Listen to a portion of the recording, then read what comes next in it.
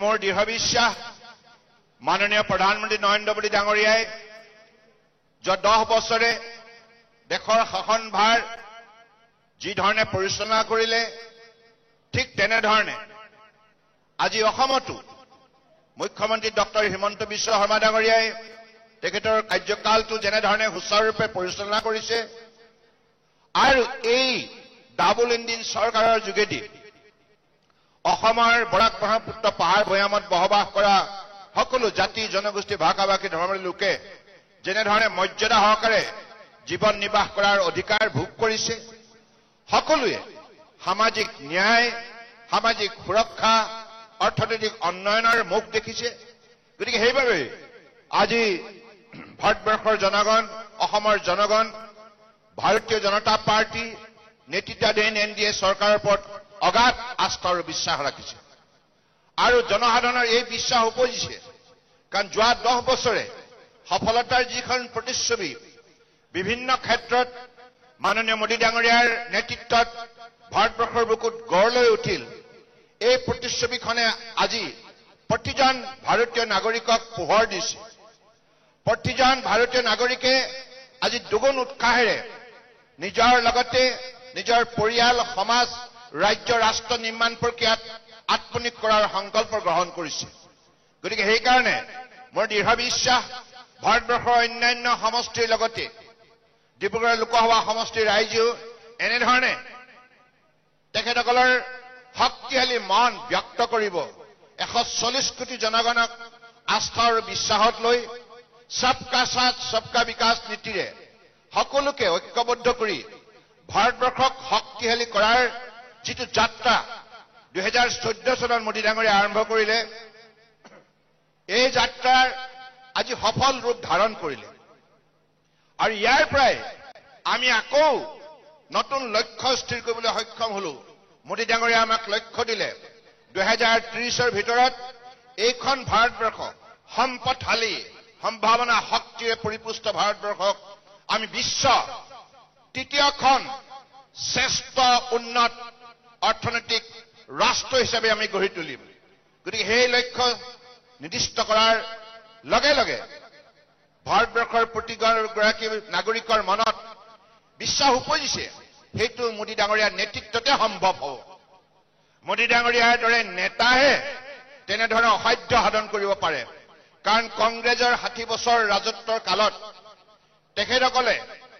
ভাৰতবৰ্ষৰ অৰ্থনৈতিক অৱস্থা বিশ্বৰ বুকুত টনকিয়াল কৰিব নোৱাৰিলে ভাৰতবৰ্ষৰ জনগণক সন্মান সহকাৰে জীয়াই থকাৰ অধিকাৰ প্ৰদান কৰিব নোৱাৰিলে ভাৰতবৰ্ষৰ জনগণক আটাইতকৈ দৰিদ্ৰ শ্ৰেণীৰ লোকক ন্যূনতম সা সুবিধা থকা এটা ভাল ঘৰ খোৱাৰ বিশুদ্ধ পানী পোহৰৰ যোগান ধৰা বিজুলী আৰু বিজ্ঞানসন্মতভাৱে ৰন্ধন প্ৰণালী সম্ভৱ কৰি তোলাৰ বাবে বিনামূলীয়া চিলিণ্ডাৰ গেছ আৰু সমাজে ভাল ৰাস্তাত অহা যোৱা কৰিব পৰাকৈ যাতায়াত ব্যৱস্থা ৰাস্তা পদূলি দলং এই সকলোবিলাক ন্যূনতম সা সুবিধা প্ৰদান কৰাৰ ক্ষেত্ৰতো কংগ্ৰেছে 60 বছৰ কালেই সফল হ'ব নোৱাৰিলে ইয়াৰ প্ৰধান কাৰণটোৱে হ'ল কংগ্ৰেছ দলটোৰ নেতৃত্বত যিমানবিলাক মিত্ৰজোঁটৰ তেখেতসকলৰ চৰকাৰ চলাইছিল মৰ্চা চৰকাৰ চলাইছিল বা কংগ্ৰেছে পোনপটীয়াভাৱে চৰকাৰ চলাইছিল এই চৰকাৰৰ দিনত কেৱল জনসাধাৰণৰ ধন আত্মসাৎ কৰাৰ কামত কংগ্ৰেছৰ নেতা পালি নেতা ব্যস্ত আছিল জনসাধাৰণৰ প্ৰাপ্য অধিকাৰ ভংগ কৰাৰ ক্ষেত্ৰতে তেখেতসকলে অধিক ক্ষমতা ব্যৱহাৰ কৰিছিল আৰু বিভিন্ন সম্প্ৰদায়ৰ মাজত ভাগ ভাগ কৰি সমাজখন দুৰ্বল কৰাৰ ষড়যন্ত্ৰত লিপ্ত হৈছিল গতিকে সেইবাবে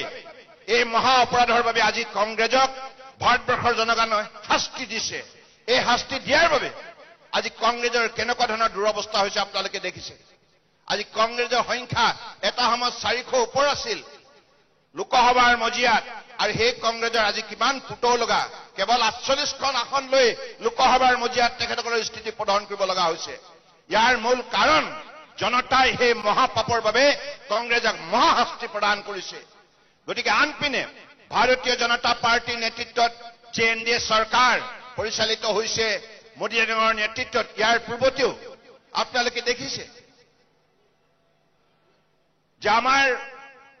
প্ৰাক্তন প্ৰধানমন্ত্ৰী ভাৰত ৰত্ন অটল বিহাৰী বাজপেয়ী ডাঙৰীয়াৰ নেতৃত্বত যেতিয়া এনডিএ চৰকাৰ চলিছিল সেই চৰকাৰৰ দিনতো সুশাসন ব্যৱস্থাৰ যোগেদি বাজপেয়ী ডাঙৰীয়াই ভাৰতবৰ্ষৰ জনগণক মৰ্যাদা প্ৰদান কৰিছিল উন্নয়নৰ মুখ দেখুৱাবলৈ সক্ষম হৈছিল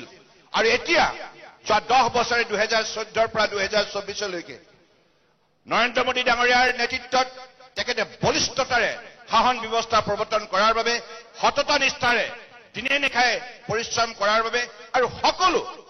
জাতি জনগোষ্ঠীক আস্থা আৰু বিশ্বাসত লৈ সন্মান প্ৰদৰ্শন কৰি সকলোৰে সমৰ্থন লৈ আজি ভাৰতবৰ্ষখন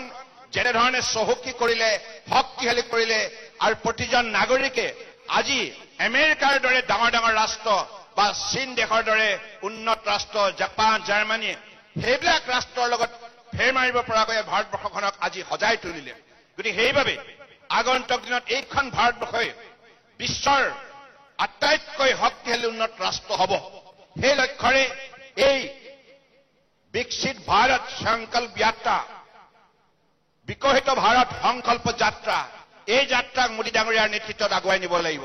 সেই লক্ষ্যৰে এই নিৰ্বাচনটো অত্যন্ত গুৰুত্বপূৰ্ণ আৰু সেই লক্ষ্যৰে আমি অসমৰ সমাজেও এই নিৰ্বাচনটো গুৰুত্ব দিব লাগিব ডক্টৰ হিমন্ত বিশ্ব শৰ্মা ডাঙৰীয়াই অসমৰ 3.40 লক্ষ লোকক তেখেতে আহ্বান জনাইছে যে আগন্তুক দিনত অসমত আমি এনেধৰণে কাম কৰিম যি কামৰ দ্বাৰা অসম ভাৰতবৰ্ষৰ ভিতৰত 5খন শ্ৰেষ্ঠ ৰাজ্যৰ ভিতৰত অন্যতম হ'ব অৰ্থাৎ বিকশিত অসম বিকশিত ভাৰত বিকশিত আসাম বিকশিত ভাৰত সেই লক্ষ্যৰে এই নিৰ্বাচনত আমি অধিক সংখ্যক আসন আমি মোদী ডাঙৰীয়াৰ প্ৰধানমন্ত্ৰী হোৱাৰ ক্ষেত্ৰত আমাৰ তৰফৰ পৰা আমি আগবঢ়াব লাগিব সেইবাবে এই নিৰ্বাচনটো গুৰুত্বপূৰ্ণ গতিকে এই নিৰ্বাচনৰ লক্ষ্য হৈছে আগন্তুক দিনত ভাৰতবৰ্ষৰ অন্যান্য লোকসভা সমষ্টিৰ লগতে ডিব্ৰুগড় লোকসভা সমষ্টিও বিকশিত লোকসভা সমষ্টি হিচাপে যাতে প্ৰতিষ্ঠা লাভ কৰিব পাৰে সেই যাত্ৰাত আপোনালোক অংশীদাৰ হওক জনসাধাৰণ অংশীদাৰ কৰক সেই লক্ষ্যৰে এই নিৰ্বাচনত আমি কঠোৰ পৰিশ্ৰম কৰিব লাগিব কেৱল এই অভাজনক জিকাব বুলি নহয় ভাৰতীয় জনতা পাৰ্টিৰ নেতৃত্বাধীন এনডিএ চৰকাৰ গঠন প্ৰক্ৰিয়াৰ বাবে অসমত ভাৰতীয় জনতা পাৰ্টি নেতৃত্বাধীন মিত্ৰজোঁট চৰকাৰ এই নিৰ্বাচনত বিশেষভাৱে শক্তিশালী কৰাৰ নিমিত্তে আমি এই যাত্ৰাত নিষ্ঠাৰে অংশগ্ৰহণ কৰিব লাগিব গতিকে মই প্ৰিয় সতীৰ্থ সহকৰ্মীসকল আপোনালোক সকলোৱে অভিজ্ঞ পুষ্ট আমাৰ যিসকল মাননীয় বিধায়ক এই সভাত উপস্থিত আছে আৰু ইয়াত বহু পৰ্যায়ৰ জনপ্ৰতিনিধি আছে পঞ্চায়ত আৰু পৌৰসভাৰ যোৱা দিনবিলাকত আপোনালোকৰ অশেষ প্ৰচেষ্টাৰ ফলত আপোনালোকে বহু নিৰ্বাচন সফলতাৰে অতিক্ৰম কৰিবলৈ সক্ষম হৈছে গতিকে আপোনালোক যোগ্যতা সম্পন্ন এই সৰ্বানন্দ সোণোৱালে আৰু আপোনালোকক জ্ঞান দিয়াৰ কোনো প্ৰয়োজন নাই গতিকে আপোনালোক অভিজ্ঞ পুষ্ট আপোনালোকে জানে এটা নিৰ্বাচনত জয়যুক্ত হ'বৰ বাবে কেনেধৰণে আমি পৰিশ্ৰম কৰিব লাগিব কেনেধৰণে জনতাৰ ওচৰলৈ যাব লাগিব কেনেধৰণে সমৰ্থন বুটলিব লাগিব গতিকে মই ভাবো যে আপোনালোকে আগন্তুক দিনৰ এই যাত্ৰা সফল ৰূপ দিয়াৰ বাবে সকলোৱে নিষ্ঠাৰে আত্মনিয়োগ কৰিব আমাৰ লক্ষ্য অসমৰ বুকুত যিমান সংখ্যক জাতি জনগোষ্ঠী ভাষা ভাষী ধৰ্মাৱলী লোক আছে আমি সকলোৱে মিলি সমন্বয়ৰ দ্বাৰা সকলোৱে কঠোৰ পৰিশ্ৰম কৰি এইখন অসমক ভাৰতবৰ্ষৰ অন্যতম শক্তিশালী ৰাজ্য হিচাপে প্ৰতিষ্ঠা কৰিব লাগিব আৰু অসম শক্তিশালী হলে ভাৰত শক্তিশালী হ'ব এই কথা মনত ৰাখিব গতিকে এই শক্তিশালী হোৱাৰ যাত্ৰাত যাতে আমি উল্লেখযোগ্য অৱদান আগবঢ়াব পাৰোঁ অসমৰ তৰফৰ পৰা তাৰ বাবে আমি এই লোকসভা নিৰ্বাচনক গুৰুত্ব সহকাৰে গ্ৰহণ কৰিব লাগিব আৰু মোৰ দৃঢ় বিশ্বাস আপোনালোকে এই কাম আগুৱাই নিব গতিকে এইখিনি কথাকে কৈ মই আজি এই সভাত উপস্থিত থকা প্ৰতিগৰাকী মাননীয় বিধায়ক আৰু আমাৰ সাংসদ আৰু লগতে দলৰ ৰাজ্যিক পৰ্যায়ৰ পৰা আৰম্ভ কৰি জিলা মণ্ডল বুথ পৰ্যায়লৈকে পৃষ্ঠা প্ৰমুখ আৰু শক্তি কেন্দ্ৰৰ সকলো মৰ্চাৰ কাৰ্যকৰ্তাসকলক মই আন্তৰিকতাৰে ধন্যবাদ জনাইছো অসম গণ পৰিষদ দলৰ প্ৰতিগৰাকী আমাৰ কৰ্মীক বিষয়ববীয়াক মই বিশেষভাৱে ধন্যবাদ জনাইছোঁ কাৰণ আমি মিলিত প্ৰচেষ্টাৰে ৰাইজৰ ওচৰলৈ যাব লাগিব আৰু অহা 6 এপ্ৰিল ভাৰতীয় জনতা পাৰ্টিৰ প্ৰতিষ্ঠা দিৱস সেই দিনটোত মই আপোনালোকক আহ্বান জনাব বিচাৰিছোঁ যে 6 এপ্ৰিল তাৰিখে পুলক গোহাঁই ডাঙৰীয়া সুৰেণ মই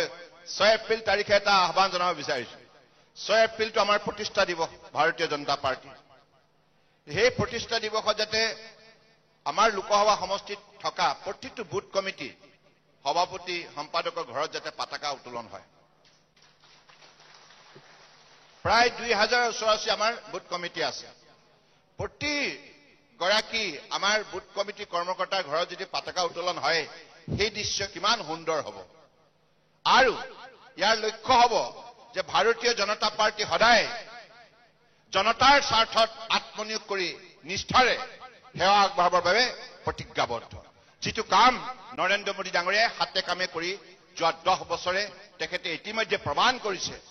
যে কঠোৰ পৰিশ্ৰমৰ যোগেদি সঠিক নীতি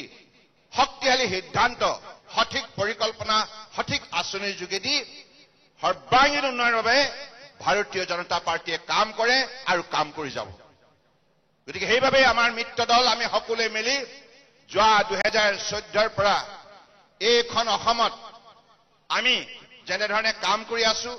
আগন্তুক দিনত আমাৰ বহুত ডাঙৰ লক্ষ্য আছে কাৰণ 2047ৰ ভিতৰত ভাৰতবৰ্ষক বিশ্বশ্ৰেষ্ঠ উন্নত ৰাষ্ট্ৰ হিচাপে গঢ়ি তোলাৰ মোদী ডাঙৰীয়াই যিটো লক্ষ্য দিছে অহা 25 বছৰ অৰ্থাৎ অমৃতকাল এই যাত্ৰাত আমি ইতিমধ্যে প্ৰৱেশ কৰিছো গতিকে এই যাত্ৰা যাতে আমি সফল কৰি তুলিব পাৰো তাৰ কাৰণে আপোনালোকে সকলোৱে বিশেষভাৱে নিষ্ঠাৰে আত্মনিয়োগ কৰিব বুলি আশা ৰাখি